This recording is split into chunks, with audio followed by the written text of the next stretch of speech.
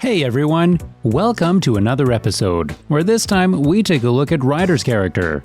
We will try to present you the reasons why we are perfectly certain that Ryder was not initially supposed to be a traitor.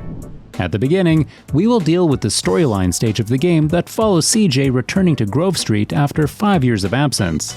There are many moments here that can give us reflections concerning Ryder. Oh shit, I'm gone! Ryder! Buster! During the first missions, we can see that Ryder is not sparring taunts against CJ, reminding him that he had acted very badly by leaving his family and the gang behind. So when you running off again? I'm not. I'm thinking of staying. Why? My family, the homies is here. We were always here, fool. Yeah, but now I'm back, and I know what I've been missing. Don't expect me to kiss your ass or nothing. You still a buster to me. We can hear many times when Ryder tells CJ that he is a buster and will probably always be a coward in his eyes forever. On the other hand, we can not only sense, but even see that Ryder still considers CJ a friend. For example, in the mission called Ryder, the men have the opportunity to hug after many years, while during the mission robbing Uncle Sam, they can still share a laugh at the good old times. Hey CJ, tell me why I didn't finish high school. Cause you had put hands on that teacher for wearing baller colors. No, that ain't it either. It is true that there are more situations when Ryder mocks CJ, but usually it's hard to even take them seriously. It should also be added that there are moments in the game when we notice that Ryder is somewhat jealous of CJ. It should be mentioned because it shows that he wants to be a valued gang member who, in the eyes of his friends, is considered a trustworthy partner and a person who is able to do a lot of good for his organization. To confirm this, let's take a look at a few missions where Ryder's dedication to his gang is clearly visible. In our opinion, these missions are an important point in the context of today's episode. In the first task for Ryder, it turns out that our friend is bothered by the fact that a local pizzeria is constantly painting the graffiti of the Grove Street family's gang. Ryder is fed up with this and wants to teach the owner of the pizzeria a lesson. So, Ryder's involvement in the gang's affairs is clearly visible from the very beginning. The other missions for Ryder are equally good examples. Please note that in each task performed for this man, we try to obtain the arsenal of weapons that our gang needs. Moreover, Ryder never sends us alone. He always accompanies us and helps to achieve the goal. In conclusion, we just want to say that you can see with the unaided eye that Ryder is trying to take care of his gang as much as he can. If it hadn't been for Ryder's reaction to the lame situation of the Grove Street families, members of the organization would still be walking down the street with pistols, or perhaps only bare hands. Moving on, what we think is just as noticeable is that Ryder really hates ballas. Looking at the case of Big Smoke, who actually plays dirty pool, it looks completely different. Ryder fights enemies at every turn. We can experience this in the missions Catalyst, Cleaning the Hood, Drive-Thru, or Drive-By. For each time Ryder defends his homies and tries to kill as many ballas as possible. Not only that, even during the robbing Uncle Sam quest, we learned that he hit the teacher for swearing the ballas colors. It may be a trivial matter, but even such a humorous situation makes it clear that Ryder has always been raised to hate the ballas and has belonged to Grove Street. Another reason we know that Ryder was not originally meant to be a traitor is because the developers have failed to introduce a new story concept. This happens at the stage of the story with the Loco Syndicate. The point is, Ryder shows up in cutscenes where it's clear he shouldn't be there. You get the impression that the man was, colloquially speaking, copy-pasted into some moments. During the Green Saber mission, CJ never mentions Ryder being the traitor. Oh, no. Shit, Smoke, what you into? That's it. Look at that ride. That's the motherfucking Green Saber. He doesn't tell Caesar or Sweet about it, and what's more, he doesn't pay much attention to it, as if Ryder's betrayal never happened. Only Big Smoke is mentioned all the time. A nice example is the mission King in Exile, where Caesar mentions Big Smoke, but we can hear Ryder being mentioned. Your stinking Grove Street brother Smoke? And those Chota pigs, Tenpenny and Pulaski. Smoke, he's a pusher, man. No, not Smoke. He might mess with Crash, but he don't mess with no Ye. Come on, CJ, how you think he got that new house, huh? Another example is the mission Photo Opportunity, where Ryder is once again forced to be there. Yes, in this situation, CJ mentions Ryder, but just because the local syndicate thread was created after the Green Saber idea. Ryder, you shermhead! This business is bigger than any gang, ese. Ryder, little bitch! Consequently, it was not a problem for CJ's voice actor to get those lines of dialogue done. Next up, we witness an interesting situation in the mission where we kill Ryder because the creators went completely berserk there. Not only is Ryder uttering the dialogues, among others, "You can't stop me," said in a bit of a modified form, but also Rockstar has deliberately made animations for Ryder to make it all appear more believable. Hey, Ryder, shermhead asshole, where you think you going? Can't stop me. He's headed for those boats. Don't worry about it, I got this.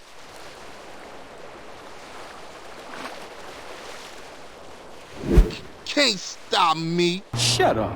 You can't stop me. Who can't? As for why Ryder didn't even have the lines of the dialogue pre-recorded, we've already got it covered. Well, at some point, there is a misunderstanding between the developers and Ryder's voice actor. Lots of people say it looked a lot like Ray Liotta's dispute, but it wasn't like that at all. The creators simply informed McKate that they would not need anything more from him, which we can prove by this Twitter response by McKate to one of the fans. It's a real pity that Rockstar took such a path and ended the fate of this character in this stupid way.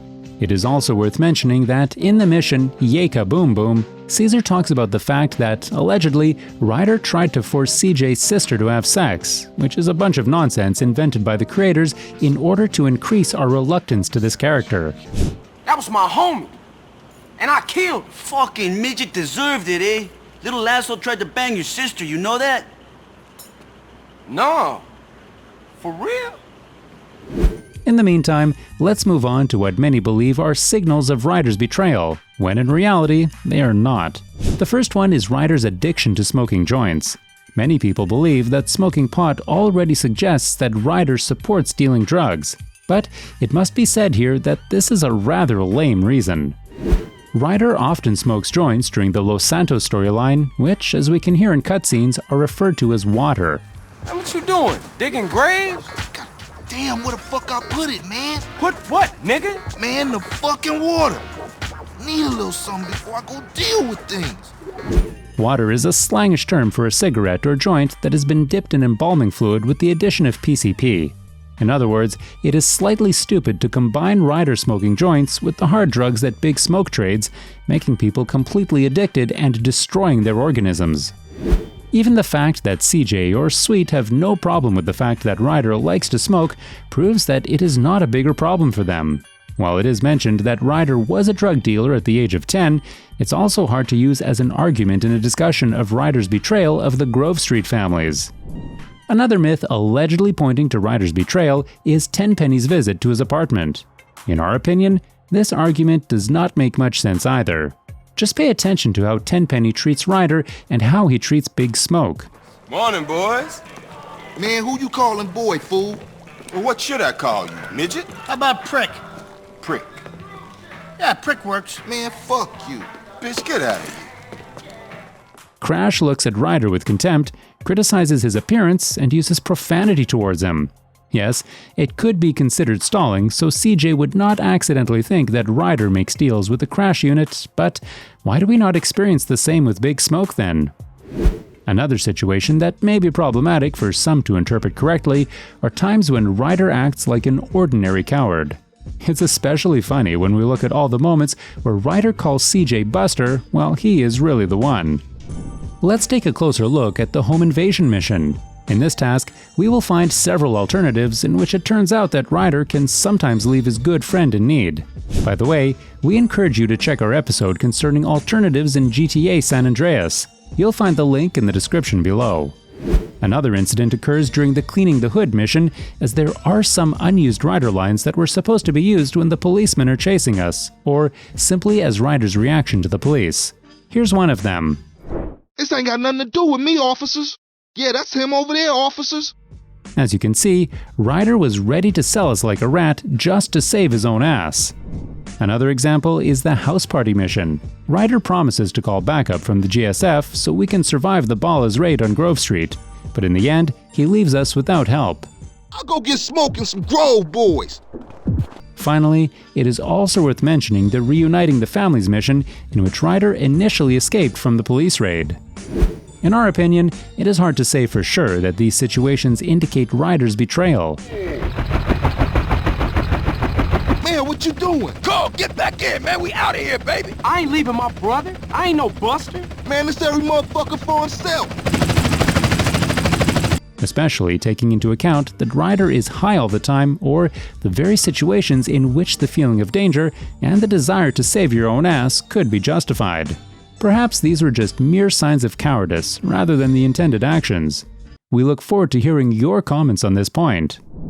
Lastly, we would like to mention the dialogue that we can hear from Ryder if we can make him start fighting with us. During this situation, we can hear some unusual dialogue, such as the one in which Ryder says that Smoke always said CJ was a moron.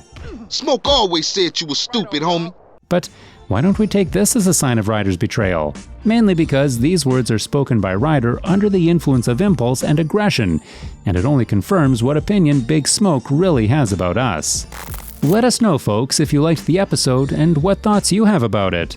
We also invite you to other episodes in which we discuss various plot issues. For now, we say goodbye to you. Stay tuned for another upcoming video. Bye.